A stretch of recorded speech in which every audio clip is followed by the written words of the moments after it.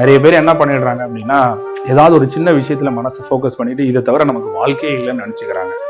உதாரணத்துக்கு ஒரு காதலை கூட எடுத்துக்கோங்களேன். இவ தான் உலகம், இவ இல்லைன்னா எனக்கு வாழ்க்கையே இல்லை அப்படின்னு அவன் நினச்சிக்கிறான். கொஞ்சம் கண்ணை திறந்து பாரு. நீ காதலிக்க இந்த உலகமே இருக்குது, அதுதான் உண்மை.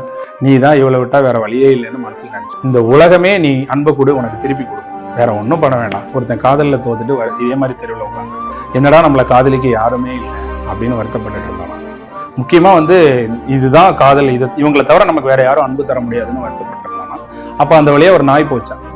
அந்த நாயை இப்படி கையை காட்டி கூப்பிட்டு அதை தடவி கொடுத்தானா, அது ஒரே செகண்ட்ல ஒட்டுமொத்த அன்பையும் திருப்பி கொடுத்துச்சான். வாழை ஆட்டிச்சான், தலையை ஆட்டிச்சான், ரொம்ப ஹாப்பி ஆயிடுச்சான். அப்பதான் தெரிஞ்சுக்கிட்டானா இந்த உலகமே நமக்கு அன்பு காட்ட தயாரா இருக்கு, நாம தான் யாரோ ஒருத்தட்ட மட்டும் அந்த அன்பை எதிர்பார்த்துட்டு வருத்தப்பட்டுட்டு இருக்கோம் அப்படின்னு நினைச்சானா. ஸோ அது போல இந்த உலகமே உனக்கு காதலிக்க இருக்குது, அதனால ஹாப்பியா இரு. நீ அன்பை கொடுத்தா உனக்கு அது திருப்பி